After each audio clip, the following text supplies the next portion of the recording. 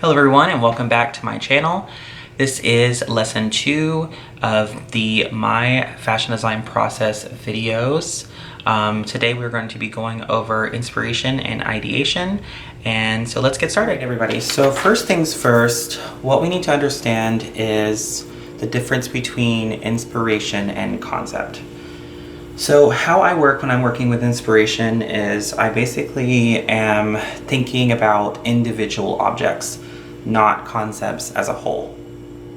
So the first thing that I want to do when I'm thinking about an inspiration is how that's going to follow through into a design. So basically what I have here is an example of, from the previous project I showed you briefly, this is just the bug. And this is just an individual set of insects. So they're one grouping because they're ultimately the same thing. And so this ultimately can't be a concept because it doesn't really bring anything fashion related. And you can draw inspiration from it, which is where it's going to be a key piece, but it's not necessarily your concept. And so a lot of what the difference here is how you're gonna communicate your concept. So as an example, this is a page that has just things stuck on here, and obviously this is not a very elaborate mood board, this is not even a neat mood board, this is not even a mood board, this is just showing you how you can take the one thing that you thought about, that you thought was interesting, and you're taking that inspiration and you're kind of dissecting the details about it and finding other things that are exciting for your design process. With that said, we do need to understand a couple of things, and the very first one is, where do you even get your inspiration from? So when you're working in fashion, a lot of times, whether it's just you or if it's a business or if you're working on a team, the question is going to be about coming up with new ideas and being able to recreate fashion products from your brain and making them tangible. So it starts with a really good foundation, and the process of finding inspiration can be challenging for some people. So what I like to do is either create a list of things that are kind of going on in my mind. This could be I saw black and brown together, or it could be I saw tie-dye. It could be just the beetle that I saw outside. So this is just an example, but you can find it from anything. You can literally make a list of anything you've seen that you thought was cool. You thought, oh, that'd make a great product, do that. If you're not sure on what you really are interested in, sometimes what I will do is I will just do some research online and kind of just play with different things. So recently, I was really into the king vulture, and so I just Googled him, and there he was, and I saw him, and it led me to other things. You can look at photos in books, you can look at photos in magazines, go outside, take pictures, look around, do whatever you want to do, but finding it is really your first task. So once you find it, what I do from this point, and before I even get images like this, is I have to sit down and create a mental map. So usually it looks something like this, which,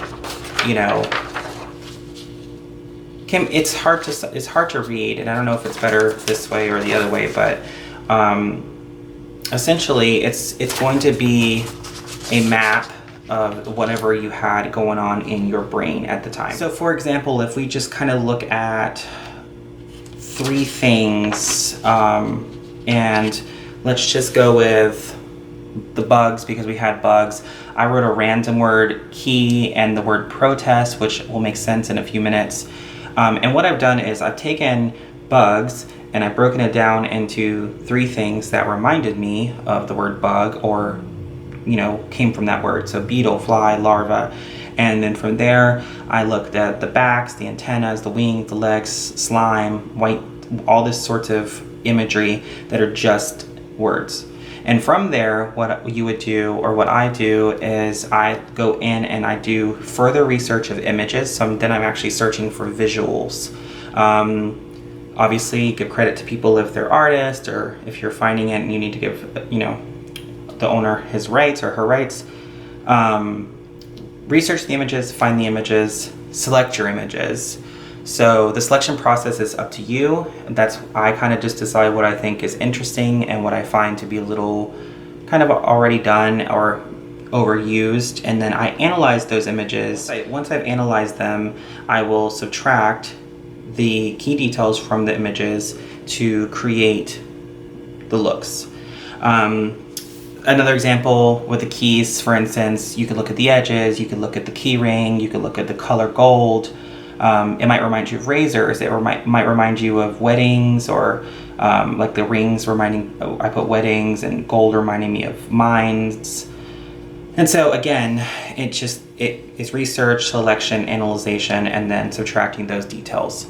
The same goes with something like protest. Just knowing one thing though, this is probably a good point to point this out for you. The difference between these two is that these are tangible. And by that I mean you can actually pick them up and kind of interact with these objects. And so these two versus protest is a mood. It's almost a verb. I mean, it can be used in a lot of ways, but the idea that I'm going for is this sort of chaotic moment of human behavior. So that's a mood. And so this one, you have to try to find a way to incorporate words that you can make tangible. So I chose fists and profanity and the color black. And so now things are becoming a little bit more concrete. And from there, bruises and text and funerals and things like that, where we can start looking at pictures, because it's hard to look. When you look up a picture of protest versus keys, you're going to literally see keys. And protest, you're going to see people, you're going to see probably explosives and all kinds of crazy stuff. But that's not necessarily what I want. I don't want the violence, I just want the feeling of protest. So looking at these three things, these are not related, and that's okay. They don't have to be related. What you want to do is find a way to break down these ideas in your head to create even further ideas. So the best advice I can give you at this point is to not be referential to apparel. So if you're looking at bugs, again, for example, I could think about a lot of things, and when I'm selecting photos, if I didn't do this, I would immediately try subconsciously to go to apparel pictures, look at pictures of already made clothes, look at pictures of designers and bug collections. Everybody's done a lot of things, but if you stay away from looking at fashion, you will consciously not make a mistake. So subconsciously, what will happen if you were to choose apparel products as your inspiration, you'll start to mimic and it will become referential. So you don't want that, because if you're working by yourself, you're working with anybody else on a team, you don't want to have someone think that you're copying. So basically that is how you would go about getting that sort of inspiration laid out. So another big tip I can give you also is to keep track of where you're finding, like when you start to search these on the internet. So say I have my computer, I'm Googling beetle, and then I find, these pictures or this photo. I need to keep track of where I'm finding this, because what's going to end up happening is later in the process development book, which I'll explain, you're going to need a lot of copies. And so you'll need to make copies, whether you trace them or you cut them up, you're going to need that for your experimentation. And so just having one and then not having anything else, you can't reuse the ones you like. So be sure to know where you found the information and where the picture was, and also make copies, lots and lots of copies, so you can have them. You don't have to do this digitally. I know I sometimes work digitally. As you can see, I'm writing all this out by hand. That's just who I am. I'm a very tactile person. Some people are just digital. They like working digitally. So knowing who you are and what works best for your strategy is really, really important. So moving on, what I also want to touch on before we do anything else is just like the process book in general. So what I have is a spiral bound 8.5 by 11 medium weight paper, sketchbook, which, you know, I've done all kinds of things in. But the thing is, you want to express what's called visual communication. And so what we're trying to do and what I'm trying to teach you in this specific video is how to put your thoughts on, one, get them together, and two, put them on a page so that you can communicate your concept to people if they ask you where you came up with this idea. So a lot of originality comes from your ability to communicate visually. Process, you know, is about showing your work in any other field, and this is no different.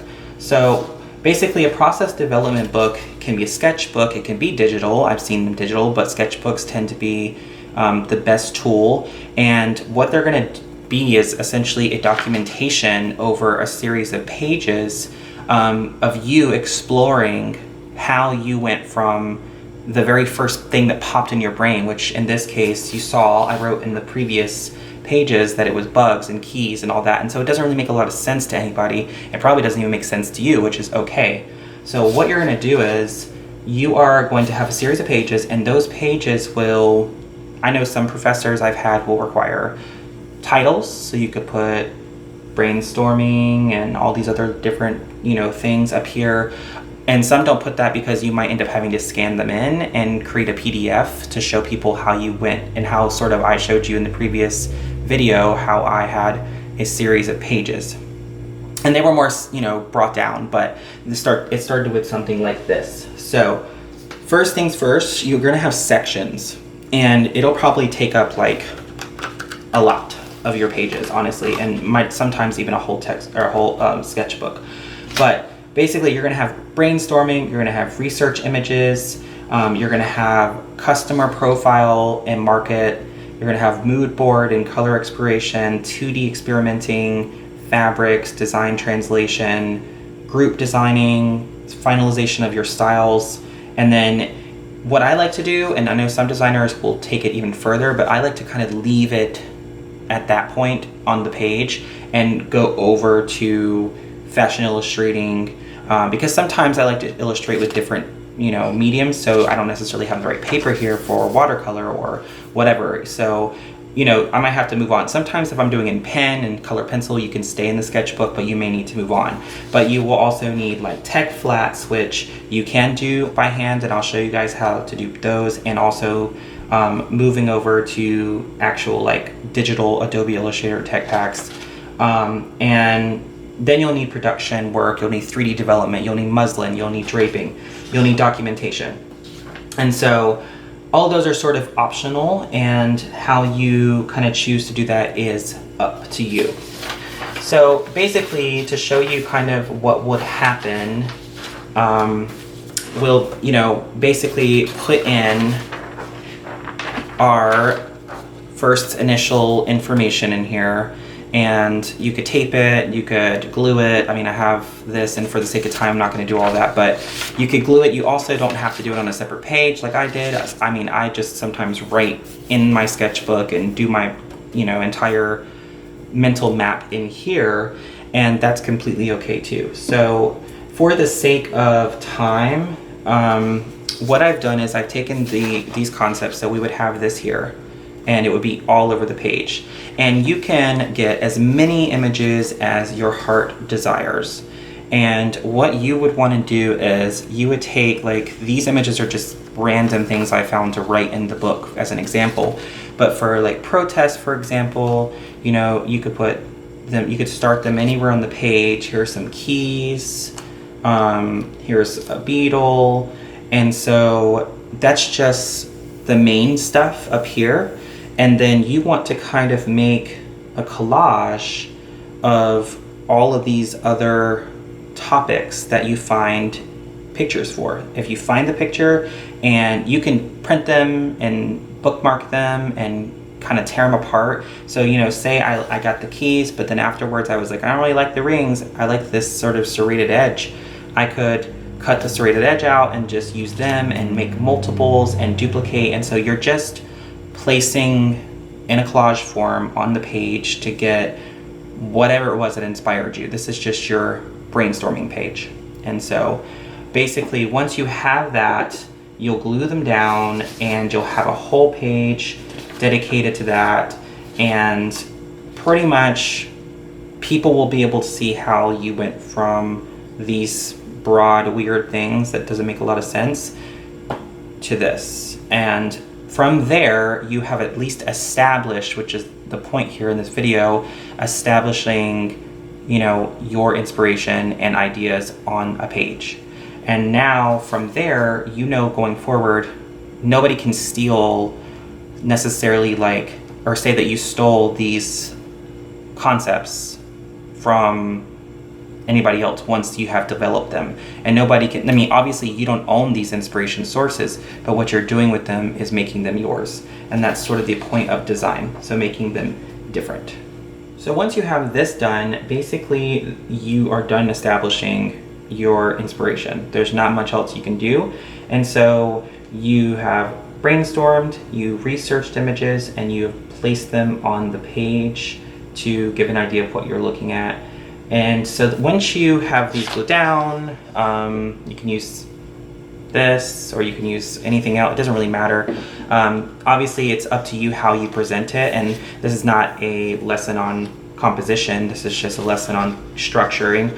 So once you have these in here, your next page can be however big you want it to be, how small you want it to be. The same with this. If you have more than enough images, you don't have to work with just 3. You can work with hundreds if that's what you find inspiring. And it can move on into the next page, and your section doesn't have to be a page long. It could be as much as you want. Whatever helps you design. And so in the next video, what we'll talk about is the customer profile and market. So your season and pretty much who you're designing for and what season it is, you know, who's going to be wearing it, and breaking down the psychographics and, you know, kind of going back to your inspiration sources to find out, you know, what sort of these things embody and who would find these things interesting when brought into a design. Because in the real world, you know, you can make clothes just to make them. That's fine, but when you're working in like a actual design firm or a company, what's going to end up happening is a lot of time it will become specific to whatever brand's customer identity is. So whoever their target market already has been established to be is who you will come in designing for. So yeah, it's great to go and say, hey, I found these really cool pictures and I like them. But the question is going to be, do you understand how these things relate to your customer? And so with that being said, I will see you guys in the next video, and I will show you guys how to work on that customer profile information.